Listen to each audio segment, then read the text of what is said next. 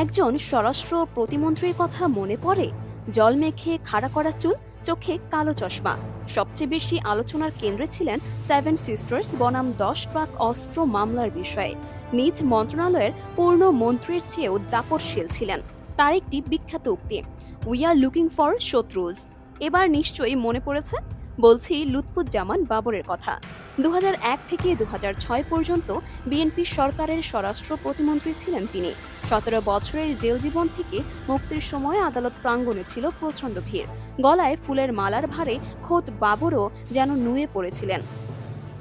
কিন্তু মুক্তির পর তিনি যেন কর্পূরের মতো উবে গেলেন। কোথাও তার চিহ্ন নেই, আলোচনা নেই। সভা সমাবেশ মিটিংয়ে খুঁজে পাওয়া যায় না বাবরকে। কোথায় আছেন তিনি? কি করছেন সাবেক এই প্রতিমন্ত্রী?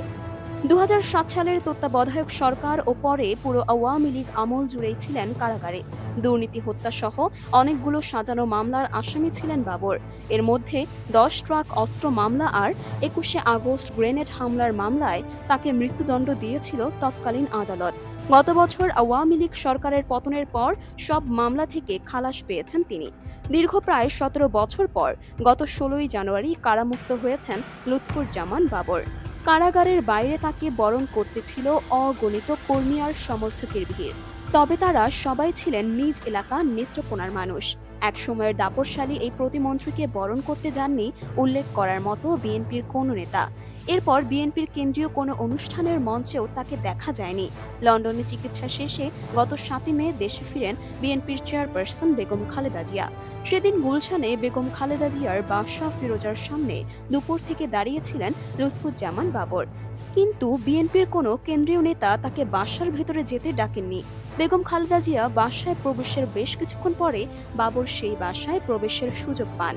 তবে অনেক মানুষের ভিড়ে বেগম খালেদা জিয়াকে এক নজর দেখার, সালাম দেয়া ছাড়া কথা বলার সুযোগ পাননি। গত জানুয়ারিতে কারামুক্তির পর সবাই ধরে নিয়েছিল আবার রাজস্বিকভাবে দলে ফিরবেন বাবর, কিন্তু তা আর হয়নি। বিএনপির কেন্দ্রীয় কমিটিতে বাবরের এখন কোনো পদ নেই, এমনকি জেলা কমিটিতেও কোনো পদ নেই। তিনি এখন শুধু বিএনপির প্রাথমিক সদস্য। একদা দাপটশালী বাবরের এখন কেন এমন অবস্থা? তিনি কি এখন গুরুত্বহীন হয়ে পড়েছেন?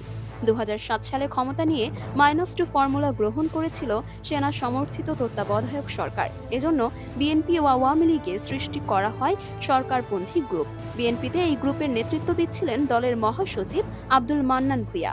সেই গ্রুপে ছিলেন সাইফুর রহমান সহ আরও অনেকে। তবে তাদের বেশিরভাগই সশস্ত্র বাহিনীর গোয়েন্দা বিভাগের চাপে সরকারপন্থী হতে বাধ্য হয়েছিলেন। কিন্তু ব্যতিক্রমদের মধ্যে ছিলেন লুৎফুজ্জামান বাবর। তিনি নাকি নিজের উৎসাহে সংস্কারপন্থী হয়েছিলেন। নিজের ঘনিষ্ঠজনদের কাছে বলতেন, খালেদা জিয়াকে কেন গ্রেপ্তার করা হয় না। নিজে গ্রেপ্তার হয়ে সেনা গোয়েন্দাদের কাছে করেন বেগম খালেদা জিয়া ও তারেক রহমান সম্পর্কে বিরূপ মন্তব্য। তাহলে কি একসময়ের হিরোখ্যাত বাবর এখন একজন ভিলেনে পরিণত হলেন, নাকি এর পেছনে অন্য কোনো কারণ লুকিয়ে আছে? কিন্তু এটাও জানা যায়, জেলে থাকা অবস্থায় শত নির্যাতনের পরও খালেদা জিয়া ও তারেক রহমানকে ফাঁসাননি বাবর।